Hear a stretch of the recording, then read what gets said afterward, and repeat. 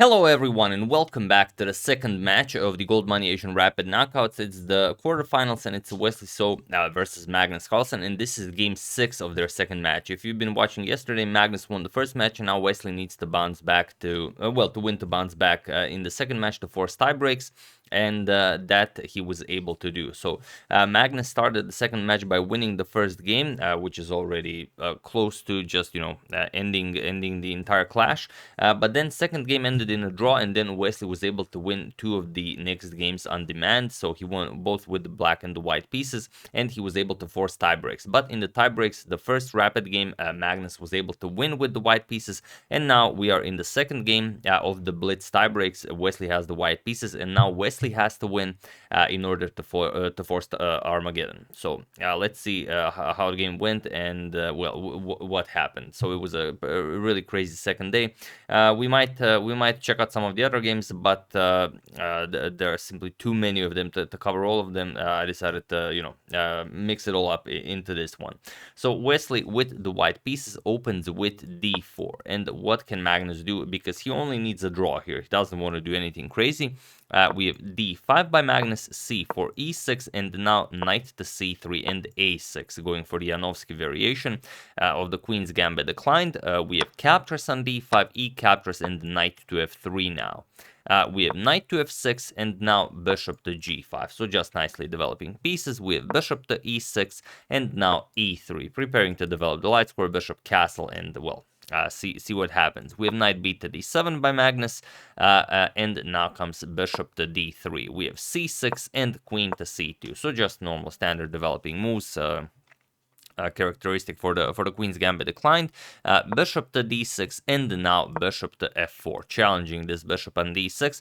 And even though black can double up white's pawns here, if you do this, then you sort of get this structure that you often get, for example, in the London system, where you don't mind the doubled f pawn. You're just going to place the knight on e5 and you're going to have a good time. So instead, after bishop to f4, we have queen to c7, developing the queen, now threatening to pick up the bishop and win a pawn. So bishop captures, we have queen captures, and h3 now.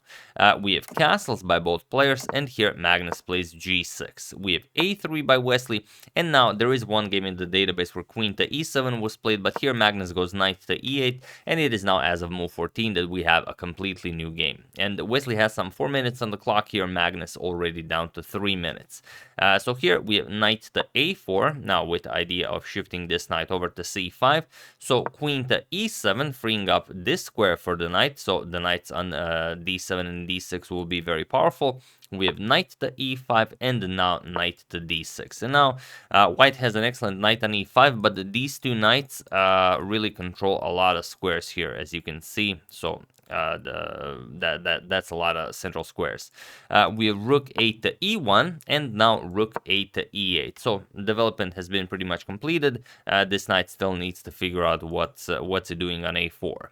We have rook to e2 and now bishop to f5, offering a trade of one of the bishops. We have bishop captures on f5, knight captures, and now knight back to f3. Not going for another capture, because if you trade this, then Magnus will have a much easier time drawing this game, and like I said, he only needs a draw to advance into the semifinals. So here we have knight to d6, retreating with the knight, now with ideas of shifting the knight over to e4, and now rook f to e1. Now Wesley, his position is fine, but he doesn't have a way of breaking through. So one thing that he can do is he can move the knight, play maybe f3, and then strike in the center with e4, which will ruin his position somewhat, but he doesn't have a choice. He must go for the win here, and this is what is required.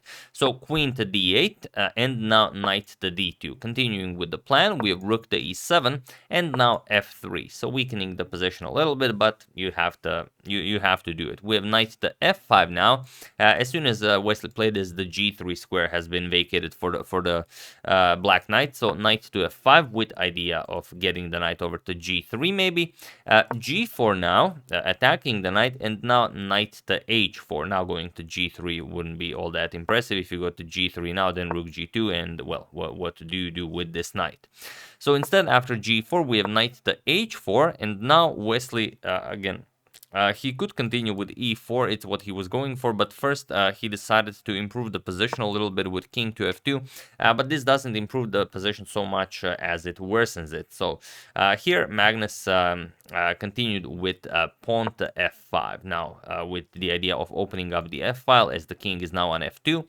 We have king to g3 now by Wesley, but now the position is completely winning for Magnus, so feel free to pause the video here and win this game for Magnus while I give you a couple of seconds. So for those of you who were able to do it, congratulations on finding what Magnus played, and that's rook captures on e3. And while this move is fine, there's even a greater move. g5 is a nice move, but even a greater one, queen to b8 check or queen to c7 check. These are deadly because now after this check, you don't really have a good move. If you capture the knight, then g5 with check, and you can't go back. The queen covers g3. You have to go forward. Doesn't really matter where you go. Just queen g3 now. And how do you stop a checkmate? There really isn't all that much you can do. If knight f1, attack the queen, we're just going to play rook g7 check, king to h5 or h6, doesn't really matter, and then just queen captures on h3 will be checkmate. And if you don't, after queen to b8 check, if you don't capture the knight, of course, why would you? You can play f4, block the check this way, but now comes g5, and this is just completely winning for black. Now the knight is defended. Also, you can't capture. This is pinned, and whatever you play, let's say you play something like, let's say rook to f1. We can even play captures on f4 with check, and after king captures on h4 or whatever, just f captures here, and well. Now again, the position completely opened up. We're gonna have a very easy time going after this white king. So really a nice one, but Magnus decided to go for the more straightforward rook captures on e3. So that doesn't require as much calculation, and this is a blitz game. As you've seen, it's quite a complicated line, so you don't want to waste like 2.5 minutes calculating and then realizing, oh no, but he has this on move 17 of the calculation. So instead, rook captures on e3, saying that, okay, you capture, I'm going to push f4. So this is exactly what Wesley did. We have f4 with check, king to f2, and now Magnus wins the rook back. So f captures on e3 with check, rook captures, and then now queen to c7, hoping to get the queen over to h2. But knight to f1, Wesley now defends against this, and queen to f4 now. So just bringing the queen into the attack. We have queen to d3 now, as there was a third attacker to the f3 square. Now the queen is added here to help out with the defense, and now b5, just harassing this knight on a4. It's not as much as harassing as helping it get back into the game, but you know, it's blitz. So knight back to c3, and now knight to c5. Again, Magnus finding these moves, you know, in great style, as this is a blitz game. So the queen is under attack, and you can't really move the queen away from the defense of the f-pawn, because then, well, black just wins very easily. So he has to play d captures on c5, but now d4, again with a double attack. So rook to e7, and now first f captures on e3 with check. This is what Magnus wanted. He wanted to simplify the position, so he could minimize the possibility of him losing in any way, you know, rather than just going for a fancy win like we've shown with maybe queen to b8 or queen to c7.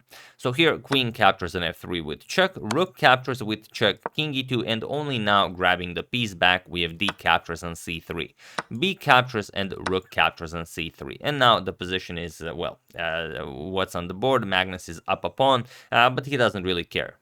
He only needs a draw to advance to the semifinals, and well, it's very, very hard for him to lose this, actually, but it is possible. So here, knight to d2 by Wesley, knight to g2 now. He can always grab the pawn, so he's not in a rush. Also, this is now free for grabs. We have knight to e4 attacking the rook, and now knight to f4. With check, we have king to d2, and only now rook to d3 check, king c2, and the rook captures on h3. So what do you play here? We have knight to f6 check. Luckily, you can even go here. You're not getting checkmated because the rook here covers the h7 pawn. But king to f8, and now comes rook to c7.